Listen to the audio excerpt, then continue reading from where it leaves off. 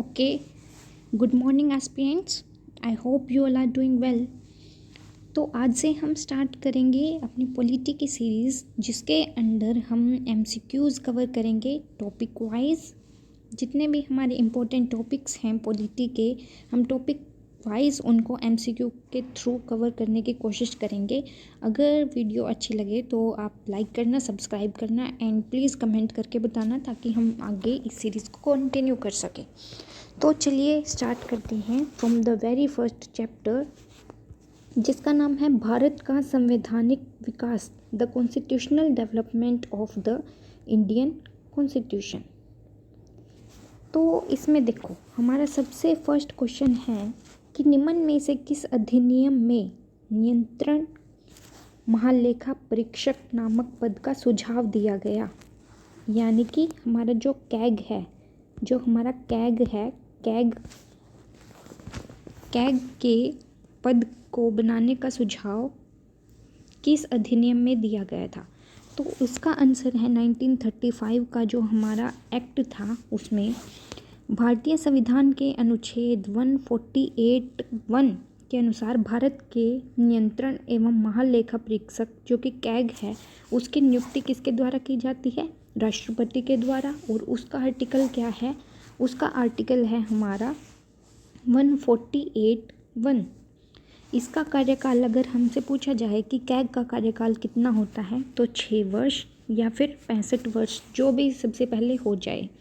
अगर उसकी उम्र 65 वर्ष पहले हो जाती है तो उसका कार्यकाल उतना रहेगा, और अगर उसकी उम्र कम है तो उसके पद की नियुक्ति से 6 वर्ष के पश्चात तक वो उस पर नियुक्त रह सकता है। और जो कैग है यानी CAG है हमारा, उसको हटाने का क्या प्रोसेस है, उसे कैसे हटाया जा सकता है। तो जो संविधान में उसको हटाने का प्रोविज़न है, उसके अकॉर्डिंग ही हम उसको हटा सकते हैं। तो ये सब कैग के बारे में लिखा है, अगर आप पढ़ना चाहें तो आप इसको पढ़ सकते हैं। उसके बाद हमारा सेकंड क्वेश्चन है कि कोलकाता में उच्चतम न्यायालय की स्थापना किसके द्वारा की गई थी। जो कोलकाता में हमारा हाई कोर्ट था, उसकी स्थापना किसके द्वारा की गई थी, कौन से एक्ट के द्वारा की गई थी? तो वो था हमारा 1773 का एक्ट, चार्टर एक्ट ऑफ 1773। और इसके मुख्य न्यायाधीश, ये क्वेश्चन हमारा बहुत बार पूछा जाता है कि उसके मुख्य न्यायाधीश कौन थे। तो उसके मुख्य न्यायाधीश, फर्स्ट मुख्य न्यायाधीश एलिजा एम्पे थे। और उसके और भी हमारे 3 मेंबर थे, जिनके नाम ये हैं, अगर आप चाहो तो आप याद कर सकते हो, बट इम्पोर्टेंट है हमारा सर एलिजा एम्पे। भारत में संविधान का निर्माता किसे कहा जाता है? तो ये बहुत इजी क्वेश्चन है और हर पेपर में आपको देखने को मिलेगा, जिसका आंसर है BR अम्बेडकर। निम्नलिखित में से भारतीय संविधान सभा का अध्यक्ष कौन था? तो 9 दिसंबर 1946 को संविधान सभा की प्रथम बैठक हुई, जिसमें अगर हम वरिष्ठ था, यानी कि अगर हम एज फैक्टर इंक्लूड करें, तो हमारे फर्स्ट जो अध्यक्ष थे वो बनाए गए थे डॉक्टर सच्चिदानंद सिन्हा, क्योंकि ये सबसे उम्र दराज आदमी थे उस टाइम जो हमारी संविधान सभा थी उसमें। तो इनको टेम्परेरी अध्यक्ष बना दिया गया, लेकिन इनकी मृत्यु हो गई थी। तो उसके 2-3 दिन बाद, यानी 11 दिसंबर 1946 को जो सेकंड हमारी बैठक हुई, उसमें डॉक्टर राजेंद्र प्रसाद को निर्विरोध संविधान सभा का अध्यक्ष नियुक्त कर दिया गया।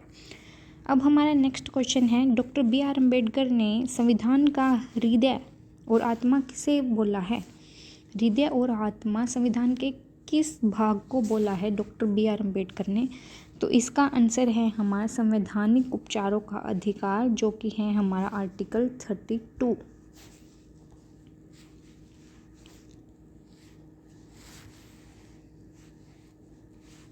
आर्टिकल 32 को डॉक्टर भीमराव अम्बेडकर ने भारत का हृदय और आत्मा बोला है। संविधान का प्रारूप पूरा कब हुआ था? तो ये हमारा 26 नवंबर 1949, जिसको हम संविधान दिवस के रूप में भी मनाते हैं। 26 नवंबर 1949 को हमारा संविधान बनकर तैयार हुआ था। संविधान की प्रथम बैठक हमारी 9 नवंबर को हुई थी और इसको बनाने के लिए कुल हमें 114 दिन यानी 2 साल 11 महीने 18 दिन का समय लगा था। और इसके प्रथम हमारे जो संविधान सभा के प्रथम अध्यक्ष थे वो थे अपने डॉक्टर राजेंद्र प्रसाद। प्रारूप समिति के अध्यक्ष थे हमारे डॉक्टर BR अम्बेडकर और इसका गठन हुआ था 29 अगस्त 1947 को। तो ये क्वेश्चन भी बहुत बारी पूछा जाता है, तो आप इसको भी याद रखें। और एक एडिशनल फैक्ट कि जो हमारा 29 अगस्त है मेजर ध्यानचंद का जन्मदिन है 29 अगस्त और इसको खेल दिवस के रूप में भी मनाया जाता है।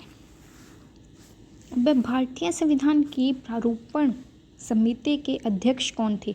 प्रारूपण मतलब अपनी जो ड्राफ्टिंग कमेटी थी उसके अध्यक्ष कौन थे? तो थे हमारे डॉक्टर BR अम्बेडकर।